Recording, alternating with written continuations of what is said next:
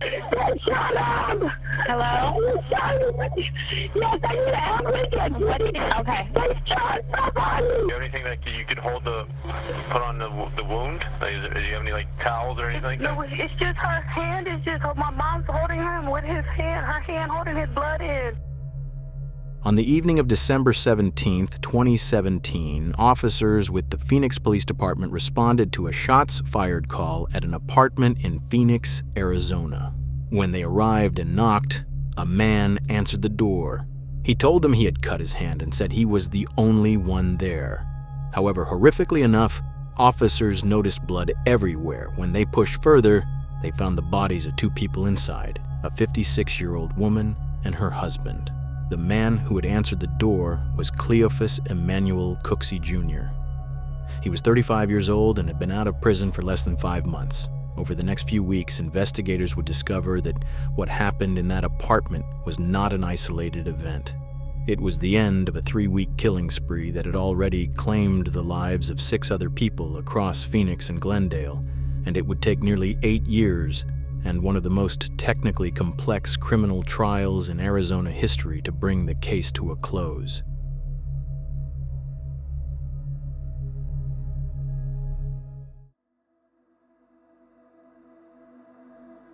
Cleophus Emmanuel Cooksey Jr. was born on March 25, 1982, in Tucson, Arizona. He came from a family with an extraordinary civic legacy on his grandfather's side. His grandfather, Roy L. Cooksey, had been one of the most prominent civil rights leaders in the Tucson area, active from the 1960s all the way until his death in August 2009 at the age of 84.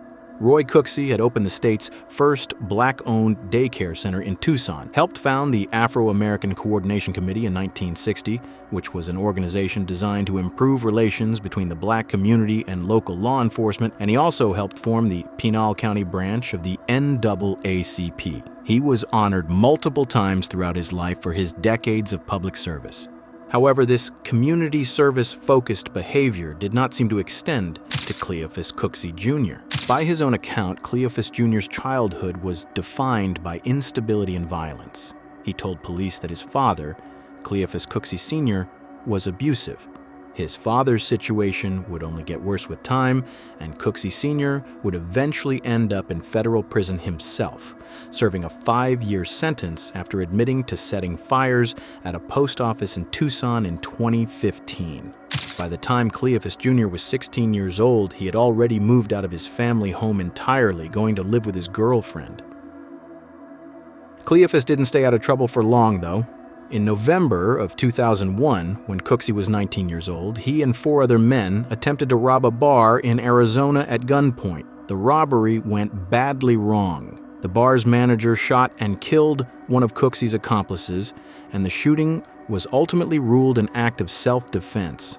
Under Arizona's felony murder law, however, Cooksey was held legally responsible for his accomplice's death because the killing occurred during the commission of a violent crime he was participating in. He pleaded guilty to manslaughter and armed robbery as part of a plea agreement and was sentenced to prison.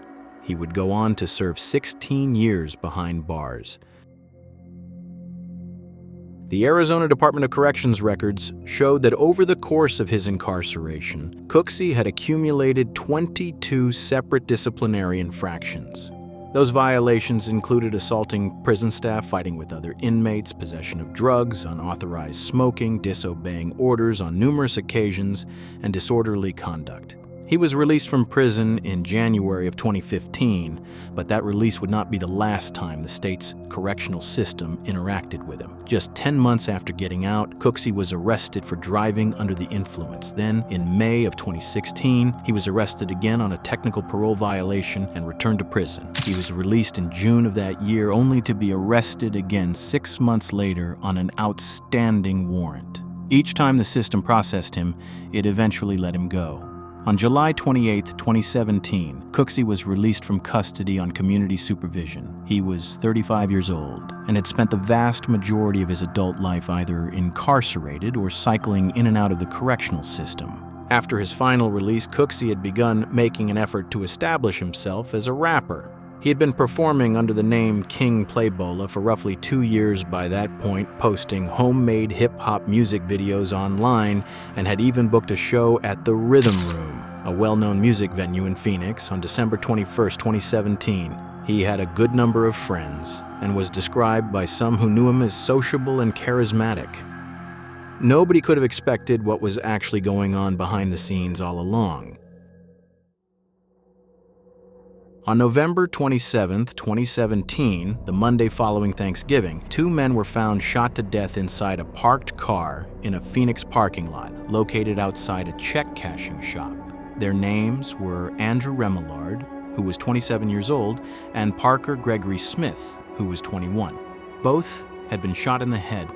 Police had no witnesses, no suspect, and no apparent motive for the killings.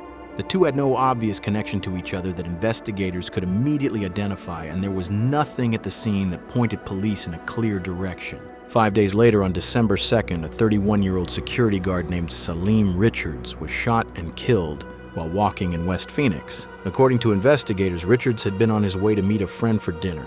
He was shot and left where he fell.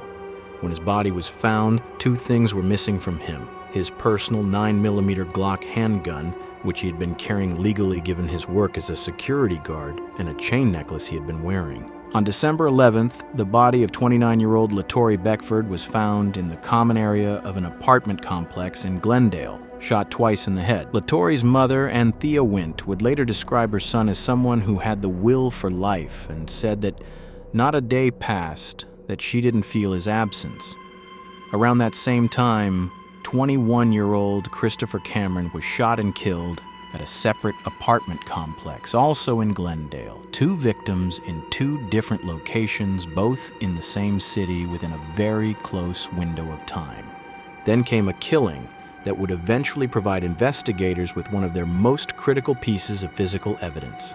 On December 15th, the body of 43-year-old Maria Villanueva was discovered in an alley in Phoenix. She had been expected at her boyfriend's apartment in Glendale the night before and had never arrived. When she failed to show up, he called to report her missing. An autopsy confirmed that Maria Villanueva had been assaulted, and it was DNA recovered from her body that would eventually be matched to Cleophus Cooksey Jr. That same week, investigators also suspected Cooksey of a 9th killing that occurred on December 11th. Jesus Bonifacio Real, who was 25 years old, was found shot to death at his home in Avondale, which is a suburb of Phoenix. He had apparently been involved in the local music scene and had produced music with Cooksey. According to police, Cooksey and the sister of Jesus Real had been in a relationship, and the two had broken up the night before Real was killed. Despite their suspicions, prosecutors would ultimately decline to charge Cooksey in connection with his death, citing a low likelihood of securing a conviction with the available evidence. On the evening of December 17th, Cooksey was at his mother's apartment in Phoenix. His mother was 56-year-old Renee Cooksey, and her husband was 54-year-old Edward Nunn. The two had apparently taken Cleophus in after his release, offering him a place to land after 16 years in the prison system. Police would not describe in detail what led to what happened that night, but at some point that evening, Cooksey shot and killed both of them. When officers responded to a shots-fired call at the apartment, Cooksey answered the door and told them he had cut his hand and that he was the only one home.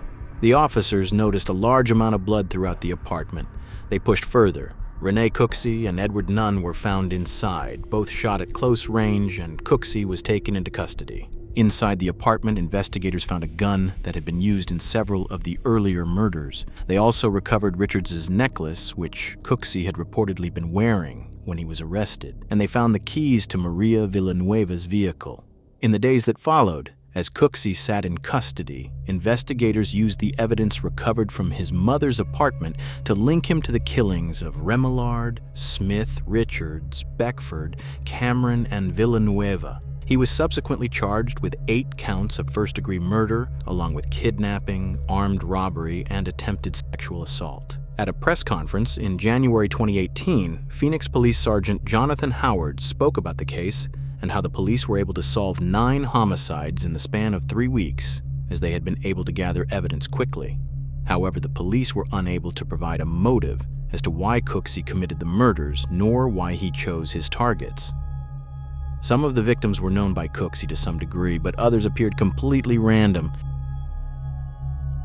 In the years after his arrest, Cooksey maintained his innocence consistently and loudly. In a handwritten letter to a judge in January 2020, he wrote that he was in a hurry to prove that the charges against him amounted to false accusations.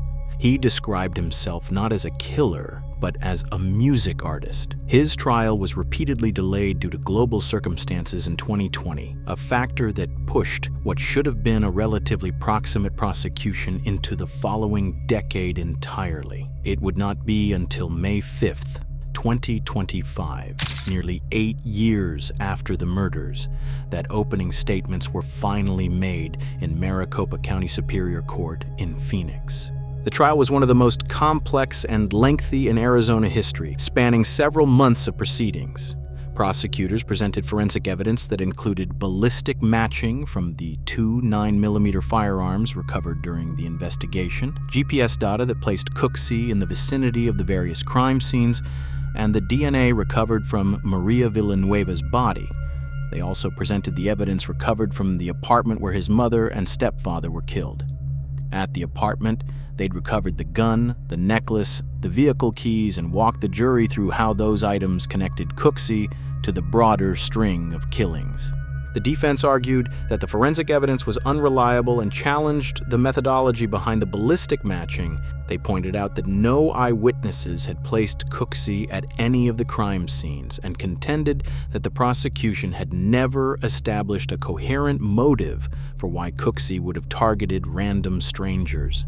Throughout the trial, Cooksey sat in court with a flat, impassive expression and showed no visible reaction to witness testimony, victim family statements, or the presentation of the most graphic evidence in the case. After 3 days of deliberations on September 25, 2025, the jury found Cleophus Cooksey Jr. guilty on all 8 counts of first-degree murder. He was also convicted of 3 counts of kidnapping, 3 counts of armed robbery, and 1 count of sexual assault. The sentencing phase of the trial began immediately, with prosecutors seeking the death penalty. On December 18, 2025, the jury sentenced Cooksey to death for 6 of the 8 murders. In the case of his mother and stepfather, the jury was deadlocked and could not reach a unanimous decision on punishment. In addition to the death sentences, Cooksey also received more than 9 years in prison on the non-capital charges. As of this video's posting, the Maricopa County Attorney's Office is still considering whether to seek a sentencing retrial on the murders of Renee Cooksey and Edward Nunn, or to allow a judge to impose life sentences on those counts instead. What made the case of Cooksey so odd to criminal justice experts was that the typical behavior of a serial killer did not fit Cooksey's methods. Most serial killers are recorded as being methodical, calculating, and patient. Cooksey's spree was fast, and the range of his victims did not appear to have a clear connection. Whatever led Cooksey to commit the murders would never be revealed, as Cooksey never provided a clear motive. Cleophus Cooksey Jr. currently sits on death row in Arizona, one of the most prolific killers in the state's recorded history. I watched him grow up as a little boy. I wanted to see his eyes when he stood up to walk out the courtroom to see if he had any sympathy, and he had none, and that kind of broke me down too. He's sentenced to life in prison to be executed by lethal injection. At the time of his arrest, he was wearing one of the victim's gold necklaces.